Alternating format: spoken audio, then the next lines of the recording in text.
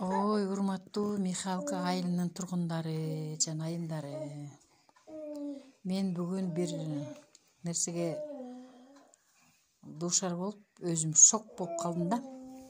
Тетиги Даниэлдин магазининен 2 жанакы чупа-чуп алгам, 2 небереме. Ал экөө келип, соруп жеп бүткөндө палочкасы момундай экен. Мындай күйбөйт экен. Обыкновенный эле палочка болуп турат экен. Анан мен кичинекей неберем флягын ачып жаап аткан жана флягын тешигине салып бекитип коеюн деп салып атсам бир жагынан көбүрөөк чыгып калды да.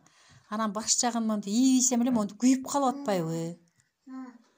Анан таң калып эле келип анан кийин бул бирөө ошо бүтүнү баш жагын тетти ийип койсо момундай ичине күйүп калды. Анан күйүп калган менен бул же свет болбосо, же эмне болбосо, бул эмне болду экен деп анан кийин могу экинчисин кесип көрүп атпаймынбы? Бычак менен.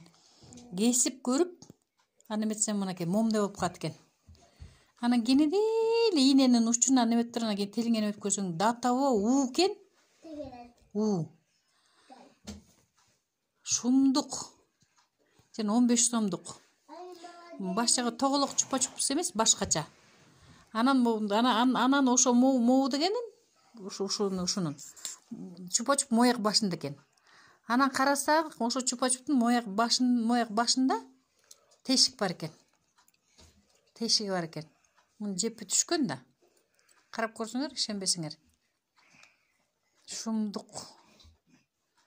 Муну да билбейт элем, фляга тыга коюп эле могу баш жагын сындырып салайын десем эле ичи күйүп калып атпайбы? Экөөнү экине алып бергем да. Анысын кессем момундай экен. Анан коркуп ийненин учун менен неметип туруп анан кийин акырын тилимен неметип көрдүм да, жөн эле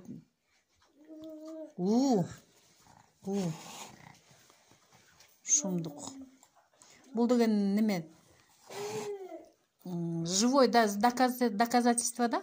Могу Даниэлдин магазининен жана садиктен чыкканда алып бергем экөөнү. Тоголок чупа-чуп эмес, башкача, тышында неме болчу? Обвёртышкасы бар болчу. Мен шоколад экен дегем да, а көрсө ошонун ичинде экен. Даниэлдер отурган стөлдө эле турат 15 сомдон. Ушундай шумдукка неметтим. Мына бирөө жашыл, бирөө деген саргыч болуп турат. Кесип көрүп эксперимент кылбадымбы? Уу экен да. Элестеткиле, баш